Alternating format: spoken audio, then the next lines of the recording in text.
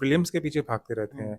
Mains का लोग सोचते नहीं है कि यार पहले प्रीलिम्स तो निकले, हम मेंस बाद में निकालेंगे। तो करंट के पीछे उतना मत भागिए। आखिरी के 2 महीने में बस करंट के लिए छोड़िए। 150 में से 150 तो आपको करने नहीं है। आप अगर 100 क्वेश्चन भी निकाल दोगे तो आपका पेपर आराम से निकल जाएगा। लोग क्या हिस्ट्री करते रहते हैं। हार्डली कितने 2 या 3 क्वेश्चन आते हैं। आप टॉपर्स की कॉपीज देखिए, यूपीएससी के टॉपर्स की कॉपीज देखिए। वो आप जितना देखेंगे, जितना आप उसको ऑब्जर्व करेंगे, उतनी ही आपकी अंडरस्टैंडिंग डेवलप होगी अपना, क्योंकि अभी समय बहुत पड़ा है। अगर आप सोच रहे हैं कि पूरा समय प्रीलिम्स को दे दें, तो फिर बाद में मेंस के लिए करना बहुत मुश्किल हो जाएगा। हेलो दोस्तों, नमस्कार। मेरा नाम विवांशु। स्वागत है आप सभी का हमारे एक और नए वीडियो में। दोस्तों, अभी हमारे साथ यूपीपीएससी 2024 में एसडीएम की पोस्ट पर सिलेक्टेड अभय सिंह राजपूत सर हैं, जिनका 27 रैंक के साथ इस पोस्ट पर जो है सिलेक्शन हुआ है। तो आज के इस वीडियो में जो छात्र 2026 के लिए जो है तैयारी कर रहे हैं, चाहे प्रीलिम्स की या फिर मेंस की भी साथ में तैयारी करें, उनके लिए स्ट्रेटजी जानने वाले हैं, किस तरीके से वो पढ़ाई करें ताकि जो है उनका अटेम्प्ट जो है अच्छे से जो है निकल जाए, अच्छे से जो है पास कर पाए, क्योंकि प्रीलिम्स के लिए काफी लंबा समय भी बचा हुआ है, तो अच्छे से प्रिपरेशन कर सके। सर, हमारे व्यूवर्स जो वीडियो देख रहे हैं, हमारी तरफ से आपको सबसे पहले तो बहुत बहुत बधाई। बहुत बहुत धन्यवाद। सर, हम जानना चाहेंगे कि अभी से अगर देखा जाए 8-9 महीने का समय लगभग बचा है प्रीलिम्स के एग्जाम में 2026 वाले में, तो जो छात्र तैयारी कर रहे हैं उनको क्या क्या चीजें पढ़नी चाहिए, और अभी इतना लंबा समय है तो क्या प्रीलिम्स में ही फोकस करना चाहिए या फिर साथ में मेंस की भी तैयारी कब तक जो है करनी चाहिए? देखिए, सबसे पहले तो ये है कि जो लोग 26 का दे रहे हैं, उनके पास गोल्डन अपॉर्च्युनिटी है। एक तो वैकेंसीज़ भी हैं, उसके अलावा को भरपूर टाइम मिल गया है। तो आपको जो है ये समय का बहुत अच्छे से इस्तेमाल करना पड़ेगा। अब जैसे 2 तरह के लोग होते हैं, तो फ्रेशर होते हैं, जिनका कुछ भी नहीं होता। दूसरे वो लोग होते हैं जो लगातार देते रहते हैं। तो दोनों के लिए मैं अलग-अलग स्ट्रैटेजी बताऊँगा। एक तो वो लोग हैं जो फ्रेशर हैं, जिनको कोई भी आइडिया नहीं है कि प्रीलिम्स में क्या है, हिस्ट्री में क्या है, जिनको एकदम स्क्रैच से स्टार्ट करना है। तो उनके लिए ये है कि आप लोग दिन में कम से कम 4 घंटा निकालिए प्रीलिम्स के लिए, बाकी 4 घंटा निकालिए कम से कम मेंस के लिए, ताकि आपको ना दोनों साथ में लेके चलना पड़ेगा, ठीक है? तो प्रीलिम्स के लिए आप क्या कीजिए, जैसे कि स्टैंडर्ड बुक्स हैं, स्पेक्ट्रम हो गई, ठीक है? और लक्ष्मीकांत हो गई। अगर आपको बुक पढ़ने में मजा नहीं आ रहा, तो आप यूट्यूब पे प्लेलिस्ट भी देख सकते हैं। क्या कई सारे चैनल्स हैं, उनकी क्या प्लेलिस्ट पढ़िए, जिन्होंने बहुत अच्छे से एक्सप्लेन किया हुआ है। जैसे लक्ष्मीकांत पढ़ रही हो तो लक्ष्मीकांत का प्लेलिस्ट आप डालिए यूट्यूब पे, वो मिल जाएगा जी, पढ़ने जी, जी, बिल्कुल। जैसे कि और हिस्ट्री में जैसे लोगों को बहुत दिक्कत होती है, तो एक बहुत ही अच्छी प्लेलिस्ट है स्टडी आईक्यू की। एक साइनिल नगरे सर हैं, उनका क्या हिस्ट्री ऑप्शनल था, तो मैंने भी मतलब उनके वीडियोज़ काफ़ी देखे थे। तो उससे क्या है ना, आपकी हिस्ट्री की एक बहुत ही अच्छी अंडरस्टैंडिंग डेवलप हो जाएगी। तो आप वो देख सकते हैं। उनकी क्या एंशिएंट, मिडीवल और उसकी मॉडर्न तीनों की है। और पॉलिटी के लिए आप किसी की भी देख सकते हैं, बहुत लोगों की पढ़ी हुई है। तो उससे क्या है, आपको जैसे बुक से पढ़ने में थोड़ा-सा मुश्किल होता है लोगों के लिए, पहली बट बात वीडियो से पढ़ना वीडियो से समझने में बहुत ही आसानी हो जाती है। तो आप वो वाली अप्रोच रख सकते हैं कि डेली-डेली आप देखिए, थोड़ा समझिए, अपने कॉन्सेप्चुअल अंडरस्टैंडिंग बनाते हुए चलिए, और उसके बाद सिर्फ मेंस का भी थोड़ा देखना चालू कर दीजिए कि क्या पेपर है, सिलेबस क्या है, क्योंकि सिलेबस समझने में बहुत समय लग जाता है मेंस का, बहुत लंबा सिलेबस है। तो ये है। और जो दूसरे बच्चे हैं जो कि रेगुलरली देते हैं, 1-2 बार दे चुके हैं, उनको मतलब चीज़ों से वाकिफ़ हैं वो, उनके लिए चीज़ें नई नहीं हैं। तो उनके लिए स्ट्रैटेजी ये है कि आप जो अपना प्रीलिम्स है, उसके लिए आप छोड़िए सिर्फ आखिरी के 3 महीने, सितंबर, अक्टूबर और नवंबर, क्योंकि 6 दिसंबर को पेपर है, तो 3 महीने मोर देन इनफ हैं। तो उसमें आपका प्रीलिम्स पूरा सॉर्ट हो जाएगा। उससे पहले तक का अभी ये जो 5 महीने का समय है, पूरा मेंस को डिवोट कीजिए, क्योंकि इन द एंड आपका सिलेक्शन जो है ना फाइनल, मेंस से ही होना है कि आपके जो उसमें मार्क्स हैं, वो डिसाइड करेंगे। तो अपना कंटेंट एनरिचमेंट, आंसर राइटिंग, उसको परफेक्शन में लाइए, और उसको जब आप लेके आएँगे तो आपके मार्क्स भी आपके उसमें दिखाई देंगे, और प्रीलिम्स के बाद भी काफ़ी टाइम मिलेगा, तो आप उसको बहुत अच्छे से यूटिलाइज़ कर सकते हैं। अच्छा, जो आपने नए छात्रों के लिए बताया कि आप स्टैंडर्ड बुक्स जो है अगर पढ़ना चाहें प्लेलिस्ट के माध्यम से पढ़ें या खुद ही बुक्स पढ़ें, तो क्या वो जो स्टैंडर्ड बुक्स पढ़ रहे हैं या प्लेलिस्ट के माध्यम से पढ़ रहे हैं, तो क्या उनकी तैयारी प्रीलिम्स और मेंस के साथ में हो जा रही है, या फिर आपको लगता है कि कुछ चीज़ें स्पेशली प्रीलिम्स के लिए ही पढ़ना है या फिर मेंस के लिए डिवाइड करके पढ़ना है? देखिए, कुछ सब्जेक्ट्स ऐसे हैं जो कि कॉमन हैं, प्रीलिम्स और मेंस के लिए। जैसे हिस्ट्री है, वो आपको मेंस में भी काम आएगी और प्रीलिम्स में भी काम आएगी। जैसे पॉलिटी है, अब जीएस 2 का मतलब जो मेजॉरिटी पार्ट है, वो पॉलिटी कवर करता है। तो वो आपको प्रीलिम्स में भी काम आएगी और मेंस में भी काम आएगी। बट उसके अलावा जैसे कई सारे पेपर्स हैं, जैसे जीएस 4 हो गया, एथिक्स हो गया, वो आपको अलग से पूरा करना पड़ेगा। वो जीएस 5, चीज़ें बाद जीएस में 6। तैयार की जा सकती हैं? जी, जी, बिल्कुल बाद में तैयार की जा सकती है, लेकिन ये है कि अगर आप बेस अभी से बना लेंगे अपना, क्योंकि अभी समय बहुत पड़ा है। बिल्कुल, बिल्कुल। अगर आप सोच रहे हैं कि पूरा समय प्रीलिम्स को दे दें, तो फिर बाद में मेंस के लिए करना बहुत मुश्किल हो जाएगा, क्योंकि समय उतना मिलेगा नहीं। तो इसलिए अभी जो फाउंडेशन बनाना बहुत ज़रूरी है, वो बन जाएगी तो फिर बाद में आप आराम से मैनेज कर लेंगे। नए छात्र हैं मान लीजिए, जो जिनको आप बता रहे हैं आंसर राइटिंग करने के लिए या फिर मेंस के लिए तैयारी करें, क्या सोर्स रखें मेंस की तैयारी के लिए वो अभी से? देखिए, मेंस की तैयारी ना अब थोड़ी-सी बदल रही है। पहले तो क्या है कि आप वही नोट्स और वो सब पढ़ के चले जाइए, वो स्टैंडर्ड बुक्स। तो और आयोग भी क्या क्वेश्चन भी बेसिकली रिपीट करता था, कुछ नया पूछता नहीं था। लेकिन 24 और 25 से जैसे मैंने देखा है ना, आयोग बहुत ही प्रोग्रेसिव डायरेक्शन में जा रहा है। तो आपको अपनी प्रिपरेशन को उसी हिसाब से मैनेज करना पड़ेगा। अपना जो लेवल है ना, वो बढ़ाना पड़ेगा। तो उसके लिए आपको क्वेश्चंस को समझना कि उसकी क्या डिमांड है, क्या डिमेंशंस खोलने हैं, वो सब आपको बहुत अच्छे से समझना पड़ेगा। उसके लिए आप ये कर सकते हैं कि आप टॉपर्स की कॉपीज़ देखिए, यूपीएससी के टॉपर्स की कॉपीज़ देखिए। वो आप जितना देखेंगे, जितना आप उसको ऑब्ज़र्व करेंगे, उतनी ही आपकी अंडरस्टैंडिंग डेवलप होगी। तो वो करना बहुत ज़रूरी है। अब लोग क्या करते हैं जैसे कि पढ़ा नहीं कुछ और ना लिखना शुरू कर देंगे, पैराग्राफ फॉर्म में लिख दिया, उसे लिख दिया, तो उससे क्या आपका कुछ फ़ायदा नहीं होगा। तो आप देखिए पहले तो 2-3 हफ्ते तक आप सिर्फ़ कॉपीज़ देखिए, आपको बहुत अच्छी अंडरस्टैंडिंग डेवलप होगी। मैंने भी यही किया था एग्ज़ैक्टली। सीखने का सबसे अच्छा तरीका वही है, आपको कोई नहीं सिखाएगा, आपको खुद ही सीखना पड़ेगा। तो कॉपीज़ ऑब्ज़र्व कीजिए बस टॉपर्स की। टॉपर्स की कॉपी यूपीएससी के भी, पीसीएस के भी। हाँ, क्योंकि सेम पैटर्न है, हमारे यहाँ भी क्या है 3 पन्ने का क्वेश्चन होता है, वहाँ भी होता है, 2 पन्ने का होता है, वहाँ भी होता है। तो सब कुछ सेम है, क्वेश्चन का लेवल भी अब सेम ही हो गया है। और पेपर का आप पेपर वाइज स्ट्रेटजी बता सकते हैं, जैसे हिंदी, एसए, फिर जीएस का 1 से लेके 6 तक। जी, बिल्कुल।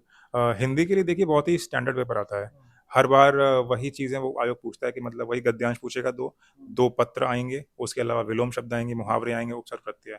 तो आप कोई भी मतलब जो पीवाईक्यूज़ हैं, वो कर लीजिए और हिंदी का वहाँ से 1 महीने में आपका मैनेज हो जाएगा, 1 या मैक्स टू मैक्स 2 महीने में। कोई सोर्स? तो कोई परेशान नहीं, जैसे मैंने तो अपने लिए पत्र लेखन के लिए और गद्यांश के लिए एस कुमार सर की एक बुक आती है, वो देख सकते हैं। और मुहावरे और विलोम शब्द के लिए ना आप पीवाई की उठा लीजिए, जैसे कि मैंने वाईसीटी की जो वो आती है यूथ पब्लिकेशन की, मैंने उससे किया था। तो उससे पूरा हो गया था मैनेज आराम से। हिंदी के लिए आपका यहाँ से पूरा मैनेज हो जाएगा। एसए के लिए? एस्से के लिए आपको क्या है टॉपिक्स का एनालिसिस करना पड़ेगा। 3 सेक्शन है उसमें, तो उसमें क्या आपको पकड़ना पड़ेगा आपको कौन-सा सेक्शन उसमें स्ट्रॉन्ग करना है, क्योंकि उसमें भी हर सेक्शन में 3 ऑप्शन आपके पास आते हैं। तो जैसे कि सेक्शन ए में एक पार्ट होता है लिटरेचर वाला। अगर आपने लिटरेचर पे कमांड बना ली तो आप हमेशा, क्योंकि हर बार वो क्वेश्चन पूछता है, उस पे ऐसे ऐसे आता है तो आप उस पे लिख सकते हैं, ठीक है? तो इस तरह से आप वो देख लीजिए एक बार। और जैसे कि सेक्शन बी है, उसमें हर बार एग्रीकल्चर से एक ऐसे आता है, तो अगर आपकी एग्रीकल्चर पे पकड़ है तो आप एग्रीकल्चर पे लिख सकते हैं।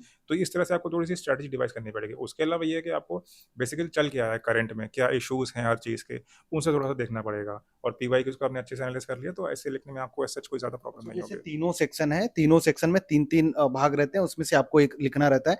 तो पहले से ही आप डिसाइड कर सकते हैं कि हम हमें जो जैसे कृषि पे लिखना है, हर बार कुछ ना कुछ घुमा-फिरा के आता है, तो उससे रिलेटेड आंकड़े, उससे रिलेटेड सारी चीज़ें हम मतलब अपने पास इकट्ठा कर लें, फिर जाके एग्ज़ाम में अच्छे से करें। जी, बिल्कुल, आप पहले से ही उसके लिए प्रिपरेशन करके जाएँगे कि ये मेरा पार्ट है और मैं इसी पे ऐसे लिख के आऊँगा। तो आप बहुत ही मतलब टेलर मेड प्रिपरेशन कर सकते हैं। ऐसे लिखने का कोई सजेशन आपका सुझाव, क्या चीज़ें इंक्लूड करें और कहाँ से स्टार्ट करें, कैसे बीच में क्या चीज़ें लिखें और लास्ट में क्या? हुँ। देखिए जैसे 2023 में मुझे एसे में बहुत ही खराब मार्क्स मिले थे, तो आई थिंक मेरा सिलेक्शन भी कहीं न कहीं उसी वजह से रुका था। तो मैंने 24 में थोड़ी काफ़ी चेंजेस किए थे।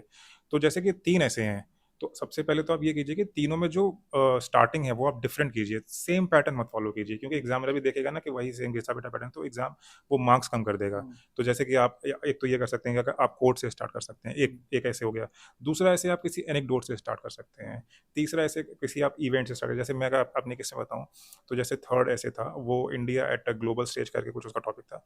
तो मैंने उसको वैक्सीन मैत्री से स्टार्ट किया था, कोविड के टाइम वाली। तो वो अच्छी स्टार्टिंग हुई थी। सेकंड ऐसे था एग्रीकल्चर पे था, एग्रीकल्चर एंड सस्टेनेबिलिटी कुछ का था। तो मैंने उसको पीएम जो ड्रोन दीदी स्कीम थी उससे मैंने स्टार्ट किया था। वाराणसी की एक स्टोरी बताते हुए, जो कि मतलब एक्चुअल स्टोरी थी, न्यूज़पेपर में मैंने पढ़ी थी। और जो पहला वाला ऐसे था कि वो वुमेन एम्पावरमेंट था, तो उसपे मैंने डॉक्टर अम्बेडकर का जो एक कोट था, वहाँ से स्टार्ट किया था। मतलब अलग-अलग चीज़ के लिए पहले से सोच के रखें, मतलब हम कहीं कोटेशन से स्टार्ट कर सकते हैं, कहीं कहानी, कहीं किसी अलग-अलग चीज़ से। बिल्कुल, बिल्कुल। इससे क्या डाइवर्सिटी आती है और एग्ज़ामिनर को देख के लगता है कि हाँ, थोड़ा-सा बंदे ने एफर्ट डाले हैं। बिल्कुल, बिल्कुल। और बीच में कोटेशंस वगैरह का यूज़ कितना करें? मतलब किस मात्रा में हर पेज में कितने कोटेशंस ऐड कर सकते हैं? अब जैसे 7 या 8 पन्ने का ऐसे आता है, इस बार थोड़े से पेजेज़ बढ़ा दिए। मतलब ज़रूरी नहीं है कि आप बहुत ज़्यादा भरें, बट अगर 3 कोट्स भी आप डाल देते हैं तो इनफ है वो। अच्छा, उसके बाद हम चलते हैं पेपर जो आपका जीएस का होता है, पेपर फर्स्ट का, उसके बारे में बताइए। जीएस 1 से लेके फिर लगातार सीखते जीएस 1 देखिए थोड़ा-सा मतलब उसका सिलेबस थोड़ा-सा वास्ट है एज़ हैं। कम्पेयर टू बाकी पेपर्स। हुँ, तो उसमें सबसे पहले कि आप देखें कि हिस्ट्री है, आर्ट एंड कल्चर है, हुँ, उसके अलावा वर्ल्ड हिस्ट्री है, हुँ, फिज़िकल ज्योग्राफी है, हुँ, इंडियन सोसाइटी है हुँ, और ह्यूमन ज्योग्राफी, ये सब है, ठीक है? तो उसमें आप सबसे पहले तो इंडियन सोसाइटी उठाइए, क्योंकि वो बहुत ही इंपॉर्टेंट टॉपिक है, उससे हर बार 4 से 5 क्वेश्चन फॉर्म होते हैं। हुँ, बहुत ही इंपॉर्टेंट कंपोनेंट है और मतलब ईज़ी है करने के लिए। वही ऑलमोस्ट वही क्वेश्चंस रिपीट होते हैं। उसके अलावा आप जैसे कि वो एलपीजी से कभी-कभी क्वेश्चन डाल देता है। ग्लोबलाइजेशन का बेसिकली क्या इम्पैक्ट हुआ सोसाइटी पे, वो हो गया। फिजिकल ज्योग्राफी 2 क्वेश्चन आते हैं, स्टैंडर्ड क्वेश्चन आते हैं, तो वो उसके आपके नोट्स रेडी होने चाहिए पीवाईक्यू बेस्ड, ठीक है? उसके अलावा अब जैसे हिस्ट्री है, हिस्ट्री में ऐसा एरिया है कि आप वहाँ पे कितना भी आउटपुट डाल लो, मतलब कितना भी इनपुट डालो आउटपुट बहुत ही लिमिटेड रहता है उसमें। तो उसमें आप अपना इनपुट कम रखिए, पीवाईक्यू के अराउंड ही रखिए, बहुत ज़्यादा मत घुसिए। लोग क्या हिस्ट्री हिस्ट्री करते रहते हैं, हार्डली कितने 2 या 3 क्वेश्चन आते हैं। वो आप जो आपकी प्रीवियस नॉलेज जो आपने प्रीलिम्स में गैदर किया उससे मैनेज कर सकते हो। तो हिस्ट्री में इतना घबराने की कोई ज़रूरत नहीं है। बाकी जो क्वेश्चंस हैं जैसे रीजनलिज्म हो गया, कम्युनलिज्म हो गया, ये सब आप बहुत अच्छे से कीजिए, तो उसके आपका जो जीएस 1 का पेपर है वो भी बहुत अच्छे से मैनेज हो जाएगा। GS2? जीएस 2 के लिए देखिए मेनली जो उसमें आता है आपका पॉलिटी, कॉन्स्टिट्यूशन, इससे काफ़ी क्वेश्चन आते हैं। उसके अलावा गवर्नेंस से काफ़ी क्वेश्चन आते हैं और आईआर से करीब 4 से 5 क्वेश्चन देने मिलते हैं। अब मतलब आयोग ने काफ़ी बढ़ा दिए हैं क्वेश्चंस। तो इन सबको आप डिवाइड कर लीजिए पहले तो कि गवर्नेंस में क्या-क्या टॉपिक्स हैं, उसके हिसाब से फिर अपने नोट्स फॉर्म कर लीजिए, पीवाईक्यू थीम को भी रखते हुए। और अभी क्या है जैसे कि आयोग थोड़ा-सा पैटर्न चेंज कराया, तो कुछ यूपीएससी के भी पीवाईक्यूज़ आप कर लीजिए, तो आपको उससे फ़ायदा मिलेगा। स्टैंडर्ड बुक्स भी अलग-अलग पेपर के लिए कुछ आपको लगता है करना चाहिए? स्टैंडर्ड बुक आप बिल्कुल कर सकते हैं, जो आप प्रीलिम्स के लिए कर रहे हैं वही स्टैंडर्ड बुक्स आप यहाँ भी फॉलो कर सकते हैं। बट ये है कि मेंस के लिए प्रिपरेशन आपकी थोड़ी-सी डायनामिक होना बहुत ज़रूरी है।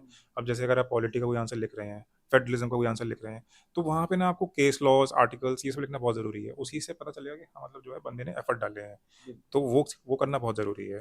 प्लस करंट अफेयर्स से इंटीग्रेट करना बहुत ज़रूरी है। कोई भी नया केस लॉ आया है, जैसे अभी गवर्नर का इश्यू चलता रहता है, तो तमिलनाडु वाला जो केस हुआ था, तो वो आपको मेंशन करना पड़ेगा वहाँ पे अगर आपको अच्छे मार्क्स चाहिए तो। अच्छा, करंट अफेयर अगर हम मान लीजिए तैयार करें, डेली बेसिस पे पढ़ रहे हैं, तो क्या आपको लगता है कि प्रीलिम्स के लिए अलग करंट अफेयर होता है, मेंस के लिए अगर कोई डाटा इफेक्ट वगैरह यूज़ करना होता है, तो उसके लिए अलग पढ़ना होता है? हाँ, बिल्कुल। जैसे प्रीलिम्स के लिए आपको क्या है मंथली कंपाइलेशन आपको देखना पड़ेगा, कई सारे फैक्ट्स और वो सब चीज़ें देखनी पड़ती हैं। इसमें से क्या होता है कि कुछ फैक्ट्स जो हैं वो मेंस में काफ़ी काम आ जाते हैं। अब जैसे पॉवर्टी इंडेक्स हो गया या फिर कोई रिपोर्ट हो गई, अब वो क्या हम डायरेक्टली लिख देते हैं मेंस में, तो काफ़ी हेल्प हो जाती है। बट ये है कि बाकी ओवरऑल मेंस के लिए ना आपको अलग से चीज़ें करनी पड़ेंगी। सिर्फ़ प्रीलिम्स वाली जो करंट अफेयर्स है उससे काम नहीं चलेगा। तो उसके लिए आपको अलग से जो न्यूज़पेपर में कभी कुछ हो रहा है, जैसे सिक्योरिटी से रिलेटेड कुछ हो रहा है, नक्सलिज़्म से रिलेटेड जैसे गवर्नमेंट ने नया टारगेट लगाया कि इस डेट तक हम लोगों ने टाइमलाइन रखी है कि इसको हमें नक्सलिज़्म को खत्म करना है। तो ये सारी चीज़ें ना आपको कौन सी कमिटी बनाई है किस चीज़ पे, तो ये सारी चीज़ें आप करेंगे तो आपको मेंस में आपके मार्क्स इंक्रीज़ होंगे। अच्छा, GS3 के लिए क्या कर सकते हैं? जीएस 3 के लिए देखिए जीएस 3 पेपर मतलब मुझे पर्सनली बहुत पसंद है क्योंकि डायनामिक पेपर है और उसमें एक तो इकोनॉमी हो गया, एग्रीकल्चर हो गया, सिक्योरिटी हो गया, ठीक है? उसके अलावा आपका एनवायरनमेंट हो गया, साइंस एंड टेक हो गया। तो ये इसमें आप उसको डिवाइड कर लीजिए सबसे पहले तो इन सारे पार्ट्स में। उसको फिर जो सिलेबस के कुछ पॉइंट्स हैं उनको क्लब कर लीजिए क्योंकि सिलेबस ना थोड़ा-सा इधर-उधर दे रखा है। एनवायरनमेंट का कुछ पॉइंट यहाँ पे है, कुछ पार्ट यहाँ पे है, एग्रीकल्चर कुछ पार्ट यहाँ पे है, तो वो कर लीजिए। वो मैं आपको मतलब बाद में बता दूँगा। तो ये करके आप ये कर सकते हैं, आपके सामने सिलेबस बहुत ही ऑर्गनाइज़ हो जाएगा। उसके बाद फिर आप जैसे कि टॉपिक वाइज़ पीवाईक्यूज़ वो होना बहुत ज़रूरी है। अब जैसे एग्रीकल्चर है तो एग्रीकल्चर से 2018 में ये क्वेश्चन आए, 2019 में ये क्वेश्चन आए, वो आपके पास पूरा बाइफरकेशन होना बहुत ज़रूरी है अच्छे से।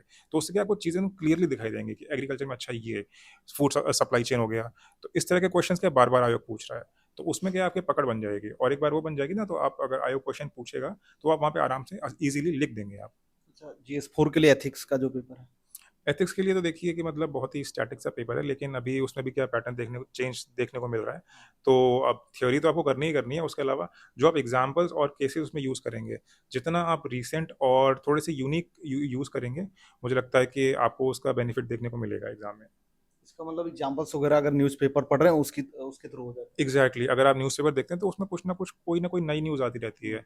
अब जैसे कि एक आईएएस थे आथर आमिर खान, तो उन्होंने भीलवाड़ा में जो चाइल्ड मैरिजेज हैं उनको इरेडिकेट किया था। तो ये मतलब बहुत ही अच्छा पॉइंट है, आप इसको लिख सकते हैं। आप जैसे कि अम्बाला में एक आईएएस थे विक्रम यादव सर, तो उन्होंने जो है पराली बर्निंग का जो इतना बर्निंग इशू है, मेजर इशू था, उसको बहुत हद तक डिक्लाइन किया था। तो इस तरह के पॉइंट एग्जाम्पल्स आप यूज़ करेंगे तो एग्जामिनर भी बहुत मतलब देखेगा कि हाँ, बंदा जो है न्यूज़पेपर से मेहनत और कर वो रहा पढ़ता है। तो इस तरह से आपको एथिक्स के लिए करना पड़ेगा। अच्छा, 2023 में आपने जब दिया था तो तब भी जो है पहली बार जो है GS5 का पेपर इंक्लूड हुआ था, GS6 वाला इंक्लूड हुआ था। उसके बाद 2023 में आपका नहीं हो पाया किसी कारणवश, 24 में आपका हुआ है।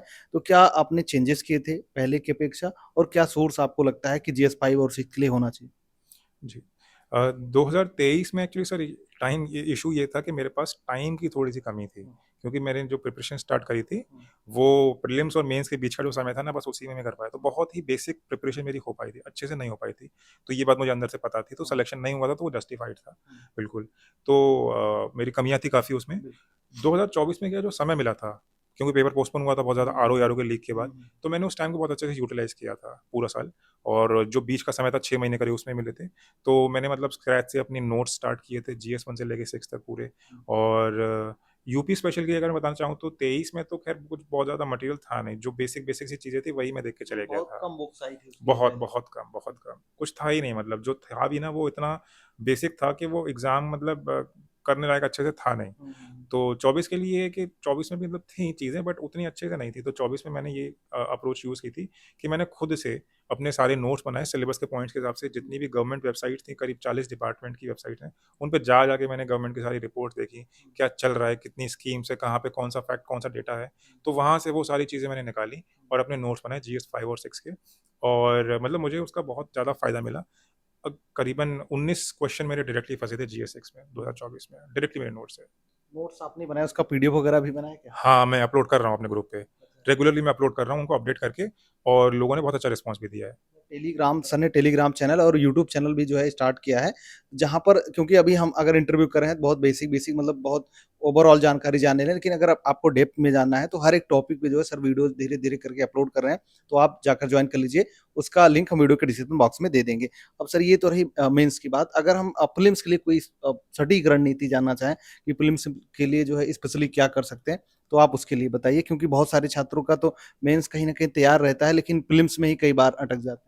जी सर, हाँ, ये मेरे पास भी कुल बहुत क्वेरी आई है कि प्रीलिम्स में लोगों को बहुत दिक्कतें होती हैं। तो उसमें मुझे लगता है कहीं न कहीं एक प्रॉब्लम ये रहती है कि ना लोग सही से स्ट्रैटेजाइज़ नहीं कर पाते हैं कि इतना सारा सिलेबस है, कुछ भी क्वेश्चन आया था उसको हम कैसे करें?